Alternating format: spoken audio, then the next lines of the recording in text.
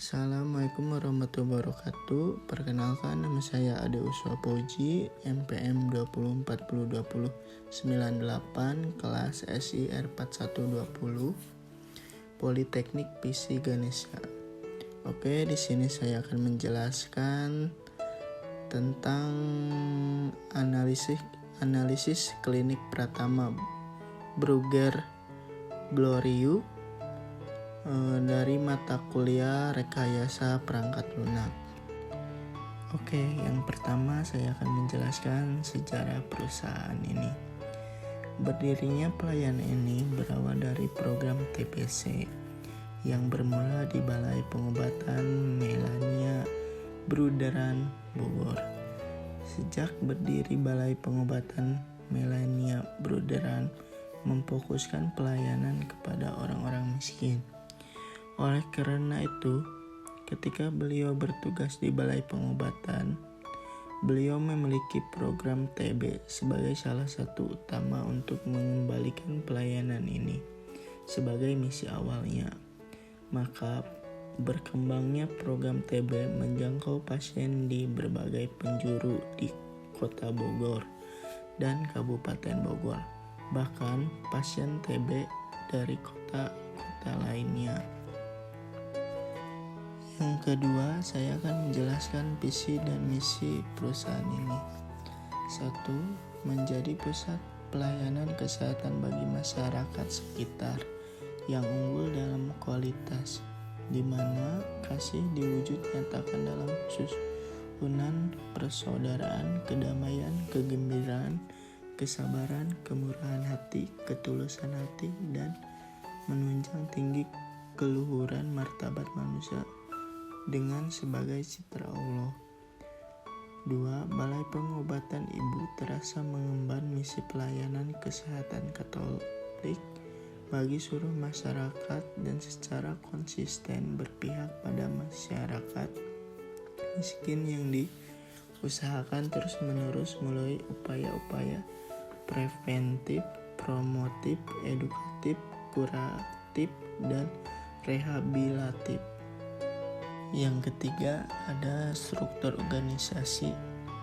Ya, bisa dilihat dari strukturnya, yang teratas ada pemimpin klinik dan seterusnya sampai perawat, asisten farmasi, dan lain-lainnya.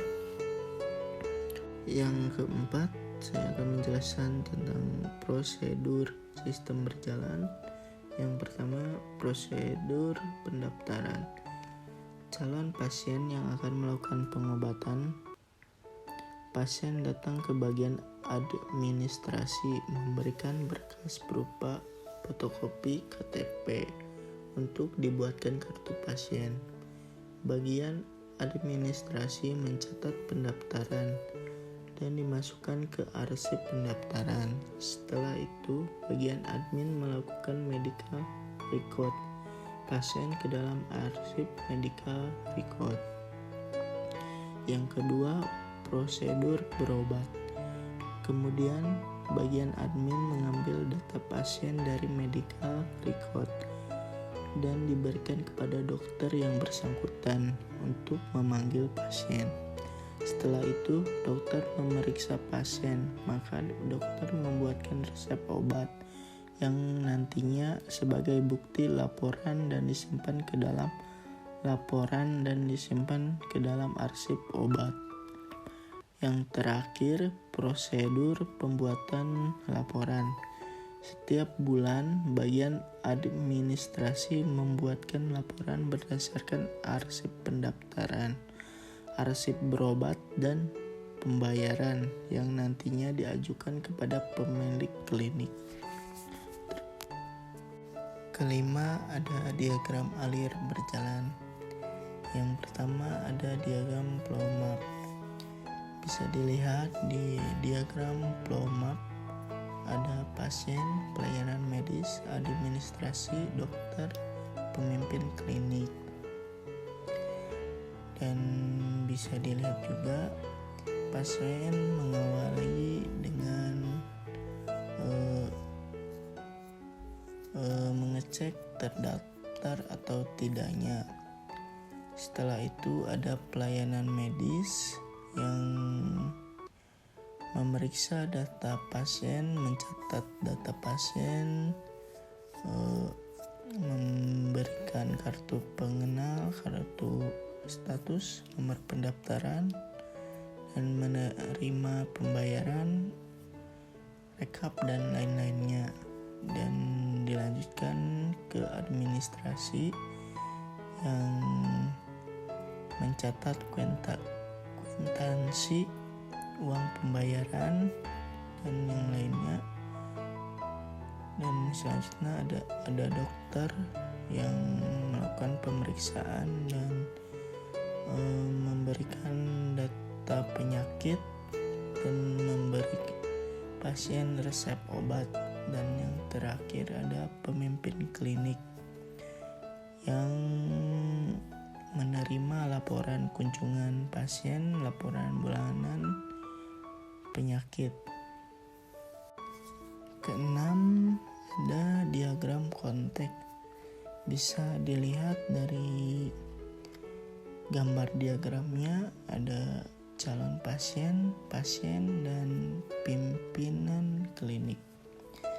Bisa dilihat calon pasien memberikan kartu tanda penduduk ke perancangan sistem informasi administrasi klinik, dan pasien memberikan resep obat ke perancangan administrasi klinik, lalu dikembalikan lagi ke pasien resep obat dan kwitansi. Dan terakhir, administrasi klinik memberikan laporan bulanan ke pimpinan klinik.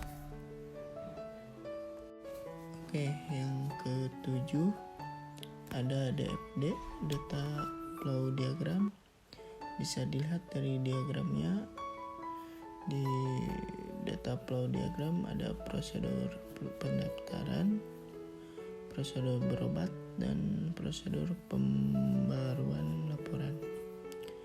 Bisa dilihat dari prosedur pendaftaran, calon pasien memberikan KTP lalu dicatat dan disimpan di arsip pendaftaran. Begitu juga dengan medical record-nya yang disimpan di arsip medical record. Lalu pasien mendapatkan kartu pasien. Dan di prosedur berobat, pasien diberikan resep obat dan kwitansi, lalu resep obat di copy untuk disimpan di arsip berobat, dan kwitansinya juga di copy lalu disimpan di arsip pembayaran. Dan di situ ada dokter memberikan resep obat, dan dokter mendapatkan data medical record. Dan terakhir di prosedur pembaruan laporan ada pimpinan mendapatkan laporan bulanan yang berupa data pembayaran, data berobat, data medical record, dan data pendaftaran. Dan yang ke-8 ada spesifikasi kebutuhan. Di spesifikasi kebutuhan ada kebutuhan antarmuka, yang sistem ini menggunakan antarmuka berbasis website. Konsumen dapat menggunakan handphone ataupun PC untuk melakukan pendaftaran berobat. Dan yang kedua ada antarmuka perangkat keras. Sistem ini berjalan menggunakan perangkat keras komputer atau handphone dan terhubung dengan jaringan komputer dan internet. Dan terakhir, antarmuka perangkat lunak. Sistem ini dibangun menggunakan bahasa pemrograman Visual Code, DBMS Access, Android Studio, dan akan bekerja di sistem Windows dan Android. Terakhir, saya akan menjelaskan permasalahannya. 1. Tingginya kesalahan dalam pendataan penyakit pasien.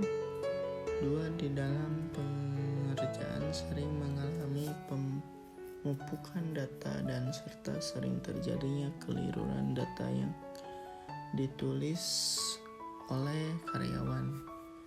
Ketiga, sering adanya kehilangan data pasien karena masih sangat manual sistem yang digunakan.